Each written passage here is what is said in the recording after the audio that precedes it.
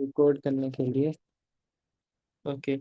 तो जैसे ही हम सूर्य को नहीं हटा सकते, वैसे ही चतुर्वर्ण को भी नहीं हटा सकते हम सोसाइटी से, क्योंकि इसकी सृष्टि भगवान ने करी है। जिसकी सृष्टि भगवान ने करी है हम उसको नहीं हटा सकते कुछ भी करके।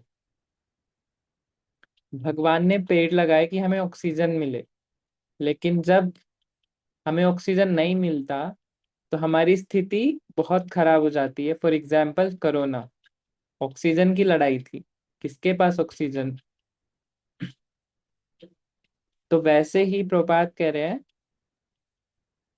कि वैसे ही वर्णाश्रम धर्म है, और वो बहुत सिंपल है।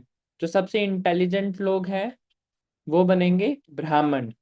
किस लिए ब्राह्मण बनेंगे? सब पे राज करने के लिए? नहीं।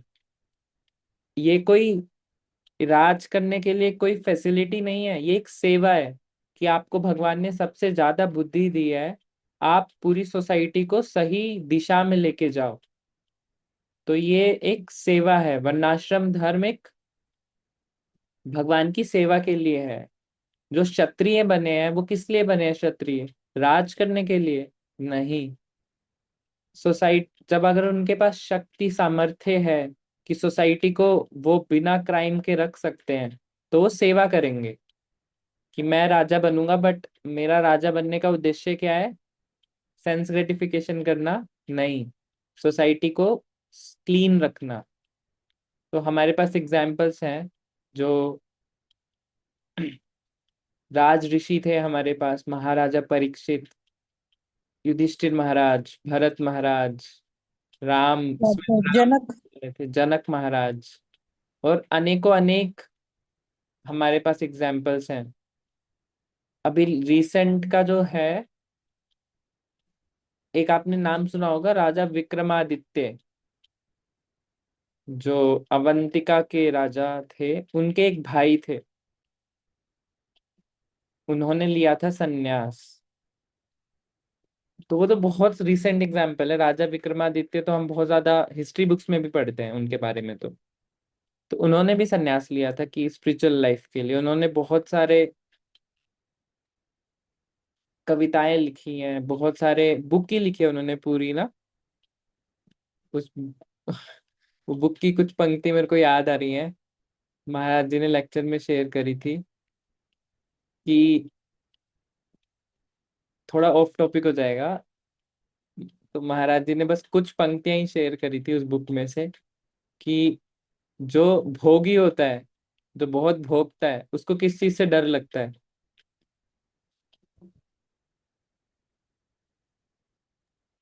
डेथ से। डेथ से। लेकिन उसका मेन टारगेट डेथ से भी ज्यादा उसको किससे अटैचमेंट है? भोग से। तो उसको ये डर लगता है कि मेरा भोग ना चले जाए, मेरे को रोग ना हो जाए कोई। तो भोगी है रोग भयम, उसको रोग से डर लगता है। ऑल्दो डेथ और रोग ऑलमोस्ट सेम ही है, क्योंकि जब रोग होगा तो डेथ भी होगी। बट एक भोगी को डर लगता है कि एक रोग से, यानी कि बीमारी से, है ना। और एक ज्ञानी को किससे डर लगता है? जो बहुत ज्यादा ज्ञानी है, दूर दूर तक लग रहा है कि हाँ ये व्यक्ति बहुत बुद्धिमान है, उसको डर लगता है कोई आके मेरे को हरा ना दे, है ना। तो ज्ञानी, भोगी, कर्मी को किससे डर लगता है? कि मेरे से ज्यादा कुछ कोई बड़ा ना कर दे, I am should be the best, है ना। बट अभयम कौन है? जिसने रिनाउंस, जिसने ये समझ लिया कि सब कुछ कृष्णा का है। तो रिनाउंसिएशन का मतलब ये नहीं होता कि हमने कलर चेंज कर लिया। रिनाउंसिएशन का मतलब होता है वी अंडरस्टूड कि सब कुछ कृष्णा का है, एवरीथिंग बिलोंग्स टू कृष्णा। केवल वो ही व्यक्ति अभय रह सकता है, उसे ही डर नहीं लगेगा, बाकी सबको डर लगेगा कोई व्यक्ति कुछ भी कर रहा है। तो यस, हम डिस्कस कर रहे थे कि इंडिया में अलग अलग राजा रहे हैं जो कि राज ऋषि थे। और जो हमने दो डिस्कस करे, ब्राह्मण और क्षत्रिय, तो वैश्य। अब जिन कुछ लोग होते हैं ना जिनको बाय नेचर उनको बिजनेस करना ही आता है, और कुछ आता ही नहीं उनको, तो भगवान ने अगर ये क्वालिटी दी है उनको, तो भगवान कहते हैं कि आप करो बिजनेस, बट क्या करो? कृषि, गो रक्षा, वाणिज्य। आप पहले कृषि करो, अन्न अन्न उगाओ, ताकि सभी सोसाइटी के सभी लोग प्रसाद ग्रहण कर पाए, पहले उसको भगवान को भोग लगा के प्रसाद ग्रहण कर पाए, कृषि कर पाए। और उन सभी लोग में सन्यासी भी आएंगे। सभी सन्यासी भी कहाँ से आन लेते हैं? ऑल्दो सब कृष्णा का है, बट वो कृष्णा की सेवा कौन करता है? वैश्य लोग, कृषि, गो रक्षा। तो भगवान की प्रिय गो माता है, उनकी रक्षा कौन करता है? वैश्य। वाणिज्य, थर्ड नंबर पे आता है वाणिज्य, बिजनेस, कोई प्रोडक्ट बनाओ। और शूद्र। अब शूद्र की क्वालिटी क्या होती है कि वो खुद से कोई डिसीजन अच्छे से ले नहीं पाता, बट उनकी सबसे अच्छी क्वालिटी होती है वो फॉलो अच्छे से कर पाते हैं। उसे कोई बता दे क्या करना है, वो अच्छे से करेगा। तो भगवान उसको सेवा में ऐसे लगाते हैं कि आप इन सब की सेवा करो, जो ब्राह्मण कहे, जो क्षत्रिय कहे, जो वैश्य कहे, किसी एक के अंडर चले जाओ और उनकी सेवा करो जो वो कहें। तो प्रोफेसर कोटोस्की कह रहे हैं कि ये ढूंढ आजकल के टाइम में हम कैसे पता लगाएंगे कि कौन ब्राह्मण, कौन क्षत्रिय, कौन वैश्य और कौन शूद्र है? क्यों? वो कह रहे हैं कि रशिया में जो इंटेलिजेंट लोग हैं वो तो फैक्ट्री में काम करते हैं, जैसे आजकल भी हो गया है ना। फिर प्रभुपाद जी कोट भी करे हैं कि कलयुग में सब शूद्र हैं। कली काल में जन्म जायते शूद्र, कली संभवतः शूद्र, ऐसे कहीं प्रभुपाद जी ने लिखा। तो हम देख भी रहे हैं ये। जो जो सोसाइटी के सबसे इंटेलिजेंट लोग हैं वो क्या करते हैं? गवर्नमेंट जॉब की तैयारी। गवर्नमेंट जॉब क्रैक करना ही उनका गोल ऑफ लाइफ है। तो हम क्या कहेंगे? ऑल्दो चाहे वो सरनेम से, चाहे वो ब्राह्मण हो और चाहे वो सोसाइटी के सबसे इंटेलिजेंट लोग हो, बट वो कर क्या रहे हैं? गवर्नमेंट जॉब की तैयारी कर रहे हैं। और वो गवर्नमेंट जॉब किस लिए करेंगे? कुछ पेट भरने के लिए कुछ जॉब करेंगे। बट वो जो ज्ञान अर्जित कर रहे हैं, प्रभुपाद जी कहते हैं दो टाइप के ज्ञान होते हैं। एक ज्ञान होता है जिससे हम अपनी बॉडी को मेंटेन करते हैं, और दूसरा ज्ञान होता है जिससे हम अपनी आत्मा को मेंटेन करते हैं।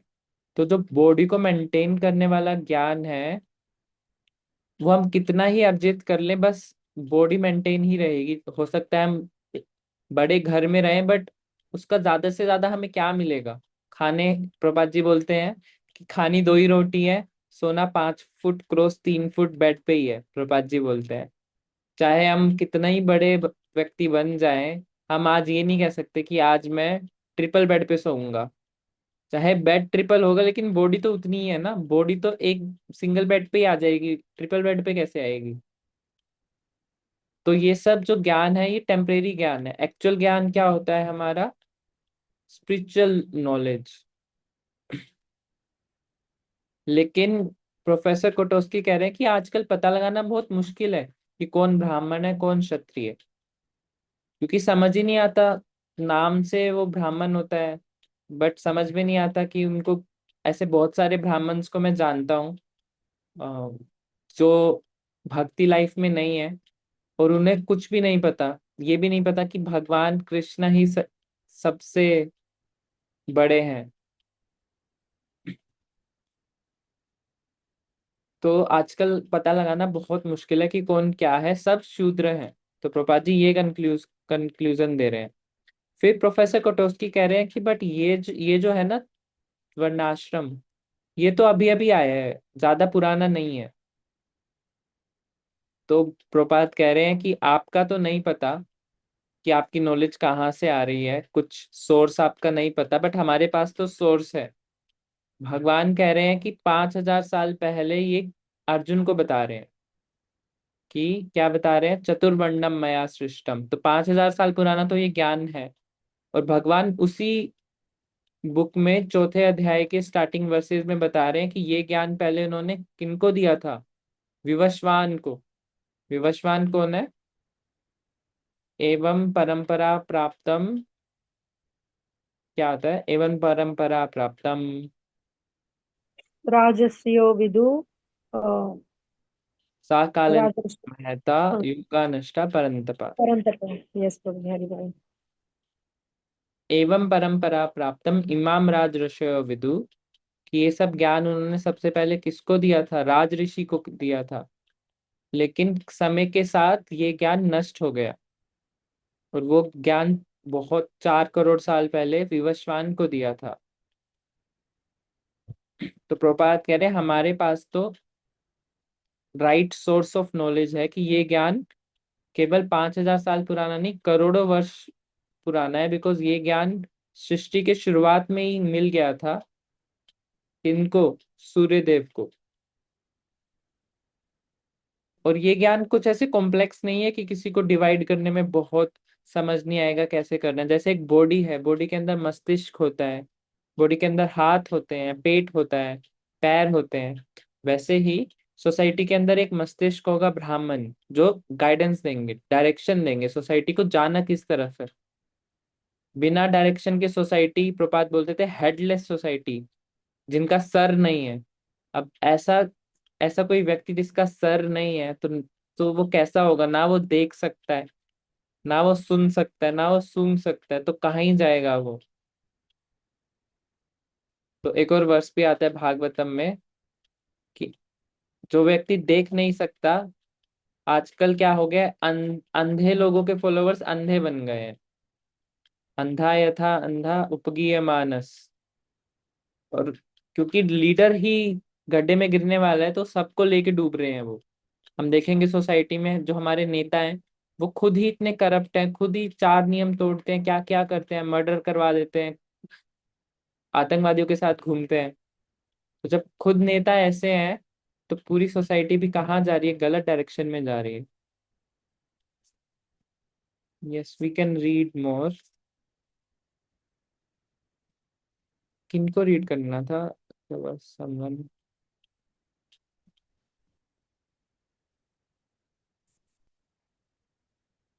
Okay, anyone wants to read? मैं कर लूँ प्रभु जी आज? हाँ हरि जी। बोल। हाँ जी माता जी। यस, हरे कृष्ण, सादर प्रणाम, सभी को प्रणाम।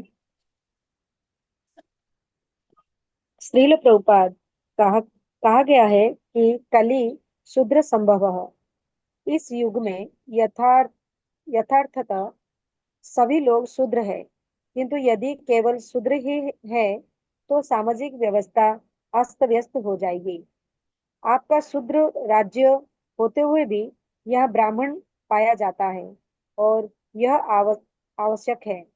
यदि सामाजिक व्यवस्था को आप इस प्रकार विभाजित नहीं करते हैं तो अराजकता फैलेगी। वेदों की यही वैज्ञानिक कल्पना है। आप शूद्र वर्ग के हो सकते हैं, किंतु सामाजिक व्यवस्था के पालन के लिए आपको कुछ शूद्रों को प्रशिक्षित करके ब्राह्मण बनाना पड़ेगा। समाज शूद्रों पर निर्भर नहीं रह सकता, और ना ही आप ब्राह्मणों पर ही अलम अवलंबित रह सकते हैं।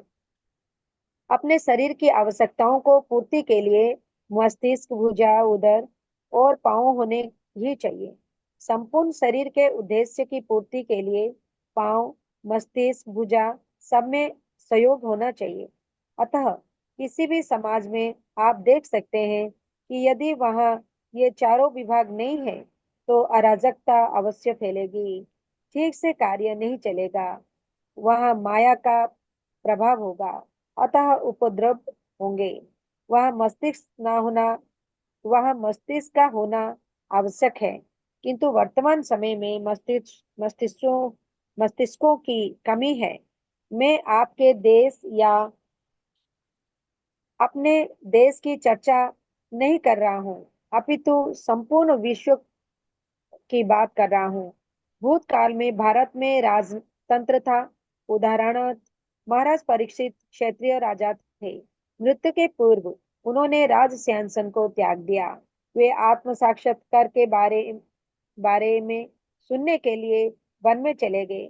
यदि आप संपूर्ण विश्व समाज में शांति और समृद्धि रखना चाहते हैं तो आपको अत्यंत बुद्धिमान वर्ग, प्रशासनिक वर्ग, उत्पादन विशेषज्ञों एवं श्रमिकों के वर्ग बनाने होंगे।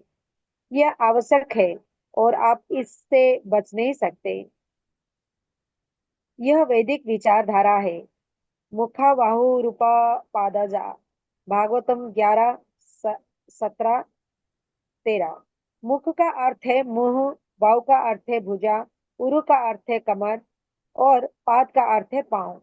आप कोई भी राज्य लीजिए, जब तक जीवन की ये चार पद्धतियां सुव्यवस्थित ढंग से स्थापित नहीं की जाती, तब तक राज्य या समाज का संचालन सुचारू रूप से नहीं हो पाएगा।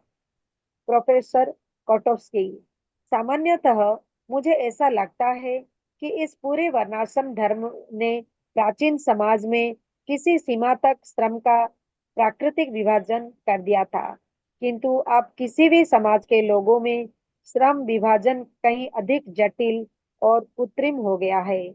अतएव उन्हें चार वर्गों में विभाजित करना भ्रांतिमूलक है। हरे कृष्णा। हरि बोल। थैंक यू प्रभु जी। हरे कृष्णा। सो एक छोटा सा एक्सपेरिमेंट करते हैं। कितना एक्सपीरियंस है कि आजकल हम देखते हैं कि कुछ लोग कोई ऑक्यूपेशन तो ले लेते हैं उनके पेरेंट्स के कहने पे, जबरदस्ती डॉक्टर इंजीनियर या कुछ भी बन जाते हैं, but they are not happy with the job.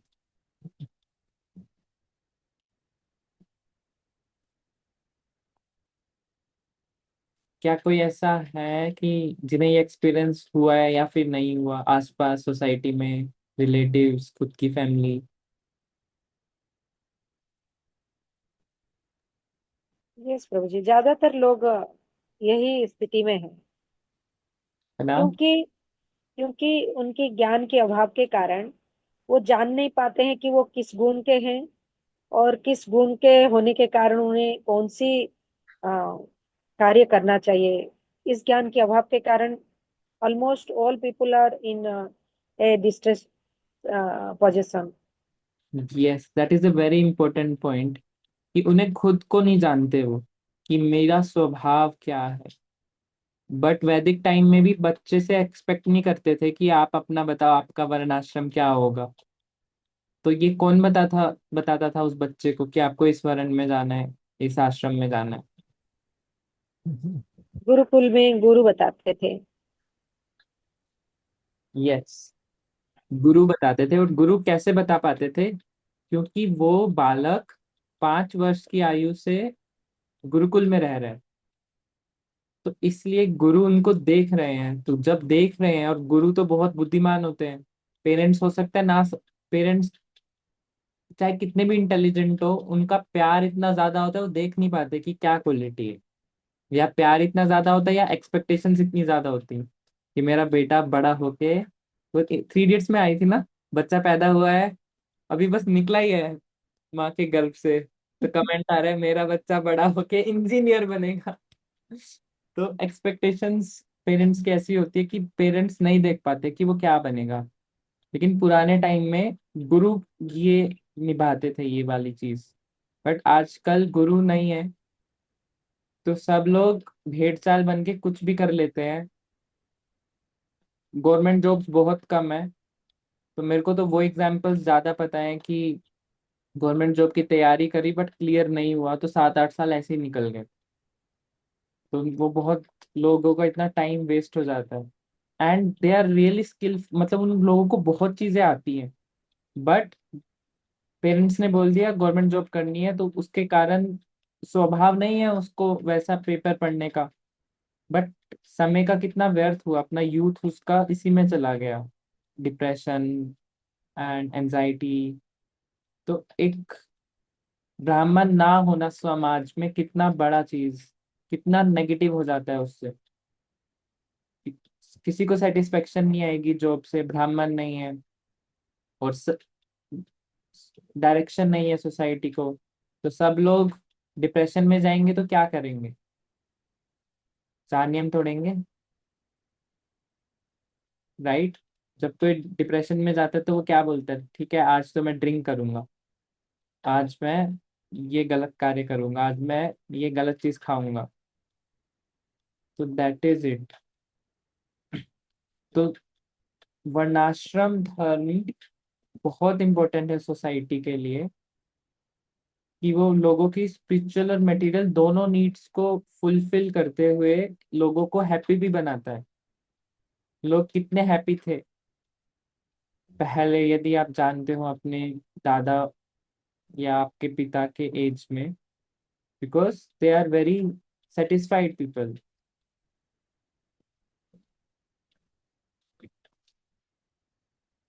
फिर प्रपात जी एग्जाम्पल दे रहे हैं, जैसे एक बॉडी का एग्जाम्पल।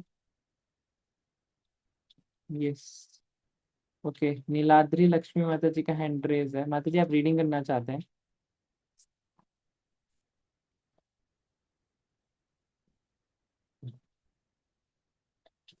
अनुभव जी।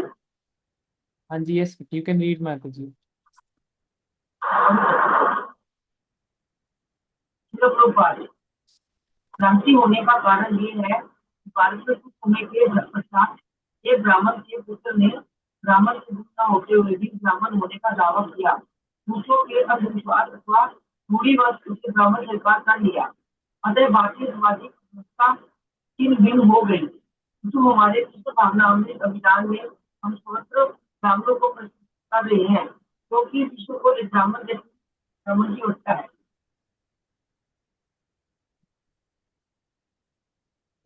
पृथ्वी महाराज उचित राजा थे, तथापि उनके राज दरबार में परामर्श के लिए ऋषि मुनियों या ब्राह्मणों की एक परामर्श हुई थी।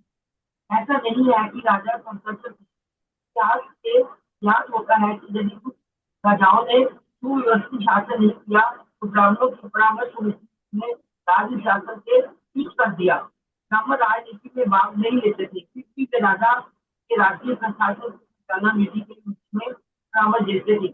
ये कोई बहुत पहले की बात नहीं है। सम्राट अशोक कितना समय पहले हुई थी। प्रोफेसर ओटो ये तो वही तुम्हें रहा होगा जिसे हम अपने बचपन में प्राचीन और मध्य ग्रंथ भारत कहते हैं। सब लोग जी हाँ, प्रोफेसर ओटो आप ठीक कहते हैं। प्राचीन और सामंती भारत में ये किसी बात हरे और कृष्ण। मिथोलॉजी में। थैंक यू फॉर रीडिंग माता जी। तो जी अब आवाज आ रही है? हाँ जी माता जी, आ गई थी आवाज। Thank you for reading. तो प्रोफेसर की बता रहे हैं कि चार भागों में कैसे विभाजित करेंगे, कि समझ में ही नहीं आता कि चार भागों में विभाग कैसे करें हम। और सब लोग भ्रांति में हैं, कंफ्यूज हैं। तो प्रपात कह रहे हैं कि ये भ्रांति कैसे उत्पन्न हुई, कि जब कलिकाल आया, कलिकाल में कैसे स्टार्ट हुआ था कलिकाल, किसी को याद है? भागवतम में आता है। हाँ। नंद गोपी माता जी आप स्वामी। तो मैं, ओके प्रभु। हरे कृष्णा। ओके। कलिकाल कैसे आया था ये सूचिका माता जी? गाय की गाय की हत्या कर नहीं। गाय की हत्या नहीं, उसी से रिलेटेड है, परीक्षित महाराज और एक जब बैल। जब परीक्षित बैल जा रहे थे तो बैल के तीन पैर कटे हुए, एक पैर पे चल रहा था। तो कॉल पीछे उनके कॉल आ रहा था, उसने बोला फिर उनसे वार्तालाप होती है तो फिर महाराज उनको बोलते हैं ये कैसे हुआ है। तो कलयुग में एक ही पैर रह गया गाय का, बैल का। यस। तो कलिकाल ऐसे स्टार्ट हुआ था, महाराज परीक्षित पूरे भारतवर्ष के राजा जा रहे हैं अपने पूरी सेना के साथ, भ्रमण कर रहे हैं अपने राज्य का कि सब ठीक चल रहा है। और उन्होंने देखा कि एक व्यक्ति जो दिखने में शूद्र है बट राजा के कपड़े पहने हुआ है, वो पीट रहा है एक बैल को। और उस बैल के तीन पैर टूट चुके हैं, एक पैर बाकी है, और पीटते जा रहा है। तो महाराज परीक्षित देख रहे हैं और ये कह रहे हैं कि मेरे राज्य में पूरा भगवत धर्म फॉलो होता है, लेकिन ये धर्म के, क्योंकि बैल को माना जाता है कि वो धर्म का चिन्ह है, धर्म चिन्ह, उसको कौन मार रहा है? तो जब वो गए तो पता लगा ये कली है। तो उसकी भी पूरी स्टोरी है। एंड ये कलिकाल का स्टार्ट हुआ। और ब्राह्मण का फॉल डाउन कैसे हुआ, ब्राह्मणों का, वो भी परीक्षित महाराज से रिलेटेड है। मैं बोलूं? ठीक आ, है। ओके। ये ओके। ओके, दूसरे को मौका देते हैं। बोलता तो फिर आप बोल दीजिएगा। ब्राह्मणों का फॉल डाउन कैसे हुआ था? यस, नंद गोपी माता जी। जी, जब समीक ऋषि के पुत्र ने धर्मराज जैसे परीक्षित महाराज को श्राप दिया था। यस, तो जब श्रमिक ऋषि के पुत्र थे ना, जब परीक्षित महाराज ने एक सांप को, श्रमिक ऋषि तपस्या कर रहे थे, ध्यान लगा रहे थे, उनके गले में डाल दिया, तो उनके पुत्र ने, अनजान नादान पुत्र ने श्रृंग जब नाम था श्राप उनका दिया, नाम था। उनका नाम श्रृंग था प्रभु जी। श्रृंग, उन्होंने जब श्राप दिया, क्योंकि उन्होंने एक वैष्णव ऑफेंस करा, एक डिवोटी को श्राप दे दिया, और उस डिवोटी ने रिस्पॉन्स में कुछ करा नहीं, या तो बदला ले लेते, तो जो श्रमिक ऋषि थे इसीलिए डर रहे थे कि या तो ये बदला ले लें, श्राप को काट दें, इसको सजा दे दें तो अच्छा है, अगर उन्होंने सजा नहीं दी तो फिर भगवान बदला लेंगे। तो उन्होंने कुछ बदला नहीं लिया, वो सब कोपिन पहन के चले गए गंगा मैया के किनारे। तो लगा फिर उसका ऑफेंस लगा ब्राह्मणों को, तो तब से बोला जाता है कि तब से ब्राह्मण्स का फॉल डाउन स्टार्ट हुआ। फिर उसके बाद कैसे ब्राह्मण आए, जो नाम के ब्राह्मण आए, लेकिन नाम के ब्राह्मण थे उनको बोला जाता है ब्रह्म बंधु, कि है तो वो ब्राह्मण बट क्वालिटीज में बंधु है उसके, फ्रेंड ऑफ ब्राह्मण है, एक्चुअल ब्राह्मण नहीं है। और उन ब्राह्मण ने क्या करा, बोला कि हम ब्राह्मण हैं, उन्होंने अपने रीति रिवाज, अंधविश्वास, उसको जारी रखा, और लोगों ने सोचा ब्राह्मण है तो कुछ भी बात होती है, मान लेता हूँ। तो ऐसे ऐसे करते करते हमारा डिसिप्लिक सक्सेशन टूट गया, और गलत धर्म समाज में आ गया। तो ये परीक्षित महाराज के समय ऐसा हुआ। डिसिप्लिक सेशन नहीं बोलेंगे इसको, हमारा बोलेंगे वर्णाश्रम धर्म टूट गया। यस, वर्णाश्रम धर्म भी टूटा, एंड नॉलेज की प्योरिटी जो थी ना, ब्राह्मण जो नॉलेज को आगे बढ़ा रहे थे, तो वो नॉलेज टूट गई। डिसिप्लिन सक्सेशन या ये नहीं बोलेंगे, क्योंकि वो तो आज भी हम जिस संस्था में है, तो किसी तरह से वो अभी भी बचा हुआ है। बट ऐसा बोल सकते हैं कि जो नॉलेज सबके लिए बहुत आम थी, आम यानी कि सभी को पता है कि हम आत्मा है, भगवान कौन है, श्रवण, जो 9 विधि होती हैं भगवान, भगवान के डिवोशनल सर्विस की, सभी को पता थी, वो सब डाइल्यूट हो गई। जैसे एक प्रश्न पूछते हैं, एस्कॉन में आने से पहले किसको पता था कि होली नेम की क्या श- मतलब अभी भी किसको, किसी को नहीं पता कि होली नेम क्या कर सकता है, बट इतना सा भी कुछ पता था कि होली नेम लेना चाहिए, किसी को नहीं पता था। शास्त्र पढ़ने चाहिए, कैसे पढ़ेंगे, शास्त्र ही नहीं है, शास्त्र है तो उसकी कमेंट्रीज अच्छी नहीं है, और कमेंट्रीज हैं तो साधु संग नहीं है ना। तो ये सब हुआ, वो फिर प्रपात जी ने उसको पूरा फैलाया। तो ये सब भ्रांति का कारण है कि कलिकाल जब स्टार्ट हुआ ब्राह्मणों का। और फिर प्रभात जी एक और एग्जाम्पल दे रहे हैं कि पुराने टाइम में ब्राह्मणास के पास इतनी पावर थी कि यदि कोई राजा राज्य नहीं कर रहा है, तो जनता नहीं हटाती थी उसको, कौन हटाता था? ब्राह्मणास ही हटा देते थे। श्राप दे के हटा देंगे, मृत्यु दंड दे देंगे, कुछ भी कर देंगे, एक कमंडल से पानी निकालेंगे, मृत्यु दंड दे देंगे कि आप सही से राज्य नहीं कर रहे हो। कोई एग्जाम्पल भागवतम में जो आता है? बोलू? एक से 10 सेकेंड्स माता जी। हमारे डिवोटीज बहुत ज्यादा ह्यूमिलिटी से भरे हुए हैं, वो हैंड रेस करने में बहुत हिचकिचाते हैं, उनके अंदर से निकालना पड़ता है वो, जैसे एक जल्दी जल्दी, मैं हमेशा जल्दी में रहती हूँ कि जल्दी भागवत में सुन ले, जल्दी सब माइन, कुछ हो जाए। जैसे गोल्ड की माइन एकदम से गोल्ड नहीं निकालती, वहां पे जाके निकालना पड़ता है हीरा। तो वैसे हमारे डिवोटीज हैं, हीरा अंदर है बट निकालने के लिए बहुत मेहनत करनी पड़ती है। तो यस माता जी। तो भागवतम में क्या एग्जाम्पल आता है कि जिसमें एक ब्राह्मणाज ने एक राजा जो ठीक से कार्य नहीं कर रहा था उसको हटा दिया था। यस नंद गोपी माता जी। हाँ, अंग के पुत्र वेण थे। यस, अंग के पुत्र वेन। हम्म, और ये जो वेन, दुराचारी राजा थे। वेन क्यों फेमस है? उनके आसपास कौन आया था कि वो बहुत फेमस हो गए थे? कौन आ गया था? नहीं, फेमस क्यों है? वो फेमस नहीं थे। पृथु वो महाराज। ऐसे दुराचारी। हाँ, पृथु महाराज उनके शरीर को मंथने से पृथु महाराज के उत्पन्न हुए थे। हाँ, तो वो इस, वेण के शरीर से पृथु महाराज आए थे। हाँ। तो वो पृथु महाराज के कारण वो फेमस हो गए, क्योंकि पृथु महाराज इस सत्ताविश अवतार ऑफ भगवान। यस यस, हरि बोल। तो दुराचारी राजा के हिसाब से वो फेमस हुए थे, बट उनके शरीर से भगवान के अवतार निकले, क्योंकि वो ब्राह्मण की कृपा से ही हुआ। ये था। हम्म, ठीक है। तो लेकिन आजकल आज के टाइम में क्या है? सभी कौन है? सभी जन्म जायते, जन्म से सब क्या है? शूद्र है। और यदि हम सोचें, जन्म के बाद सब शूद्र ही होते हैं। उनको शिष्टाचार सिखाना, उनको रीति रिवाज सिखाना, इन सब के लिए संस्कार होते हैं। सबसे पहला गुरु कौन होता है?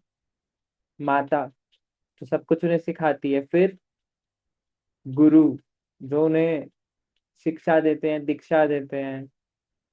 एंड आप सभी बहुत एलिवेटेड डिवोटीज हैं जो इतना अच्छे से फॉलो करते हैं प्रभुपाद को। मैं तो बस ये कुछ शब्द प्रभुपाद लिखते हैं उसी को रिपीट कर देता हूँ। तो कोई भक्त कुछ एडिशन करना चाहे, कोई भी त्रुटि हो गई तो माफ कीजिएगा। एंड कोई भी अपनी खान में से कुछ एक तो हीरा भी निकाल के दे दे अपनी रियलाइजेशंस का, तो बहुत बहुत धन्यवाद। कोई भी हैंड रेस करके कुछ भी शेयर कर सकता है।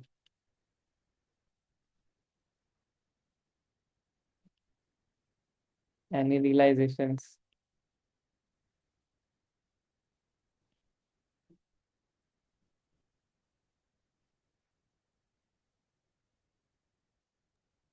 हरे कृष्ण प्रभु जी। प्रभु जी, जैसे आपने अभी बताया था कि भोगी, ज्ञानी, कर्मी और इनको जो डर होता है, तो योगी का क्या है? उसमें योगी को कोई डर होता है?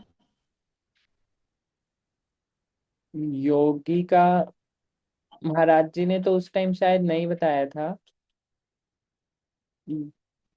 बट योगी का जो प्रोसेस होता है वो होता है कि खुद की पावर से वो कुछ करना चाह रहा है। जो हमने एक बार पढ़ा था ना पिछली बुक्स में, दो टाइप के प्रोसेस होते हैं, एक नीचे से ऊपर, एक ऊपर से नीचे। एक होता है कि मैं खुद की पावर से मैं कुछ बन जाऊंगा, तो वो योगी होता है। कि वो तपस्या करके कुछ बनना चाहता है, सिद्धि हासिल करना चाहता है। और एक इजियर प्रोसेस होता है कि मैं किसी की हेल्प से कुछ बन जाऊंगा, जो होता है ऊपर से नीचे। तो जो हमारा भक्ति प्रोसेस है, तो हम खुद की पावर पे डिपेंड नहीं करते, हम कृष्णा की पावर पे डिपेंड करते हैं। तो ये भक्ति प्रोसेस है। और योगी प्रोसेस होता है कि मैं खुद की तपस्या पे, मेरे को खुद पे बहुत कॉन्फिडेंस है, या फिर खुद पे ही मैं करके कुछ बनूंगा, इतना तप करूंगा। बट वो, मतलब वो निडर होते हैं, उन्हें डर नहीं होता, उन्हें भक्ति पे विश्वास होता है कि मैं भक्ति में आगे बढ़ सकता हूँ, तो मैं ये प्रोसेस पूरा करूँ अपना। हाँ जी। तो हिरण्यकशिपु भी एक, हम उन्हें योगी भी बोल सकते हैं। उन्होंने अपने तपस्या से सिद्धियां हासिल करी। बट हमेशा मन में डर था कि सब लोग विष्णु की तपस्या कर रहे हैं, विष्णु की पूजा कर रहे हैं, तो विष्णु टेम्पल्स तुड़वा दिए। बट डर था ना कि कहीं मेरी पोजीशन कोई और ना ले ले। तो हमेशा डर रहता है कि योगी को। क्योंकि उनकी सिद्धि कभी पूर्ण नहीं होती है ना परम जी। रो, ये वही था ना, रो अब रो, जो हमने पढ़ा था पहले। हाँ जी। तो जो ओनली सोसाइटी में ओनली लोग जो हमेशा खुश रहते हैं, एक चैतन्य चैतन्यमृत में एक पंक्ति आती है, भुक्ति मुक्ति सिद्धि कामी स- सकल। अशांत, कृष्णा भक्त निष्काम, अतैव शांत। हरि हरि। तो भुक्ति मुक्ति सिद्धि कामी, जो भुक्ति, भुक्ति यानी कि जो भोगना चाहते हैं, भुक्ति मुक्ति जो मुक्त होना चाहते हैं, सिद्धि जिन्हें सिद्धि लेनी है, और कामी जिनकी बहुत डिजायर्स हैं, तो उनको बहुत, वो बहुत परेशान रहते हैं कि उनकी डिजायर्स हैं, तो परेशान तो रहेंगे ना, ये मुझे मिल जाए, ये मुझे मिल जाए, ये मुझे मिल जाए। छोटा सा एग्जाम्पल, यदि हमने अमेजोन पे कुछ देख लिया ना, तो फिर बस ये ऑर्डर करो, मिल जाए, ये थोड़ा महंगा है बट देखता हूँ कब इस पे डील अच्छी आती है तो ऑर्डर करूंगा। उसी से माइंड में एजिटेशन आ जाता है। बट नेक्स्ट लाइन क्या आती है, कृष्णा भक्त निष्काम। कृष्णा भक्ति कोई कामना नहीं है, इसलिए वो हमेशा शांत है।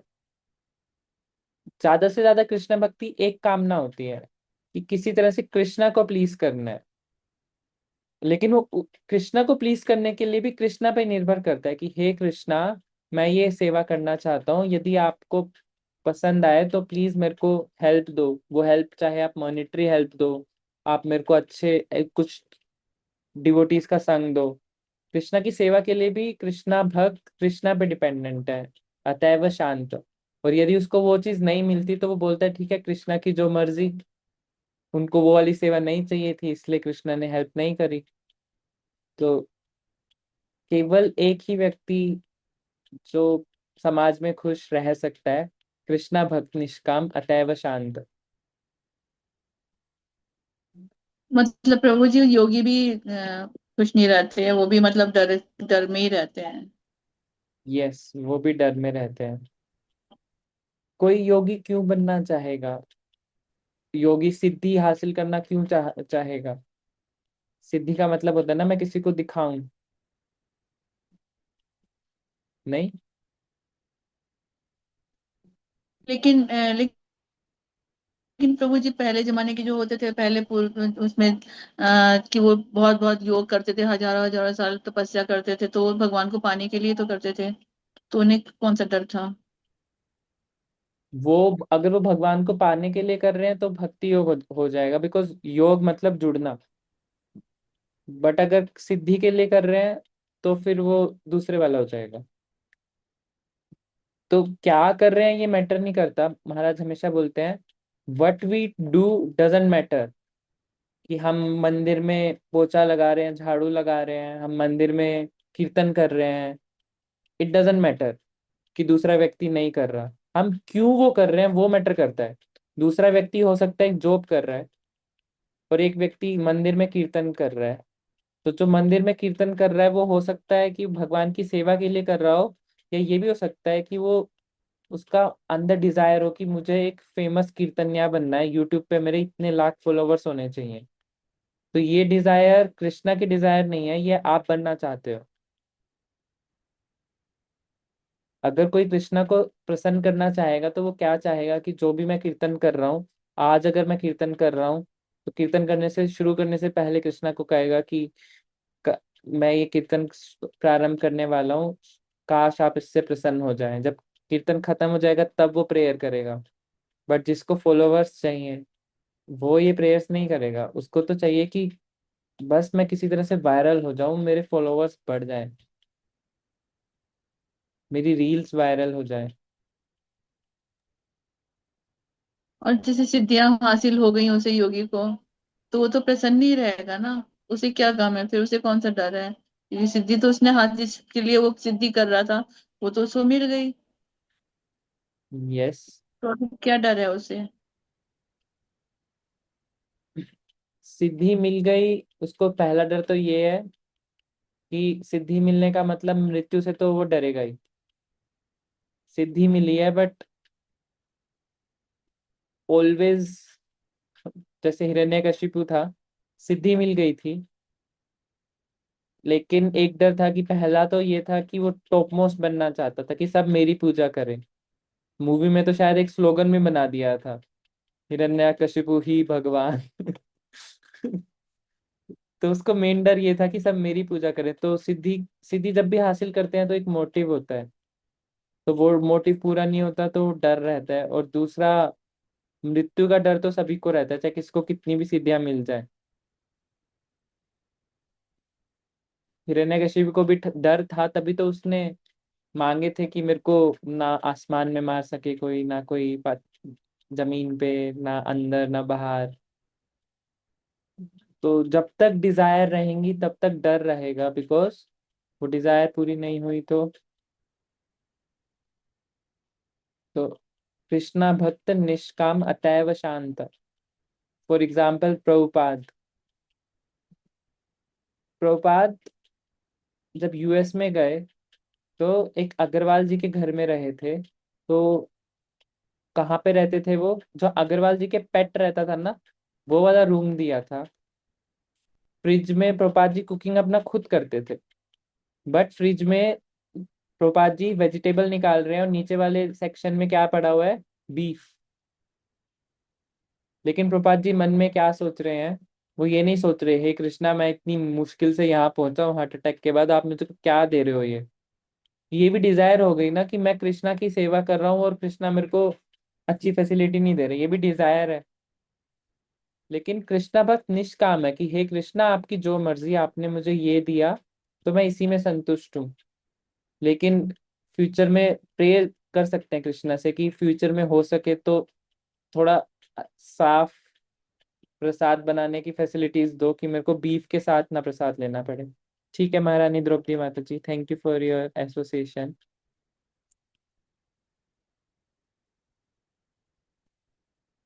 ओके, नंद गोपी माता जी। यस प्रभु जी। पहले तो मैं आपको थैंक यू बोलूंगी, थैंक यू वेरी मच, क्योंकि हम सब जितने भी अज्ञानी लोग यहाँ हैं उनको आप इतने अच्छे से इतनी बढ़िया से हमें समझा रहे हैं। हाँ, थोड़ा बहुत जैसे कुछ क्या याद आ जाता है तो हम बोल देते हैं, और आप जैसे समझाते आप हैं माता और जी, जिस आप तरह इतने बड़े स्कॉलर हो। अभी मैं इतना बड़ा श्लोक श्लोक इतना का मैं बड़ा अर्थ ज्ञानी तो बोलूंगा, आप श्लोक सुना दोगे। नहीं। देखो ये गुरु महाराज की थोड़ी आदेश थी तो हम कोशिश किए हैं प्रभु जी, बाकी कुछ नहीं पता। देखिए, ये आप में जो इनबॉर्न ये जो है क्वालिटीज, ये जो सत्वगुण में आप हो, ये एक स्त्री होने के नाते तो हम कभी थे ही नहीं ना, कभी हम बन पाएंगे इस जन्म में, है ना। ये मैं अपनी माता जी तरफ आपकी से ह्यूमिलिटी है। एंड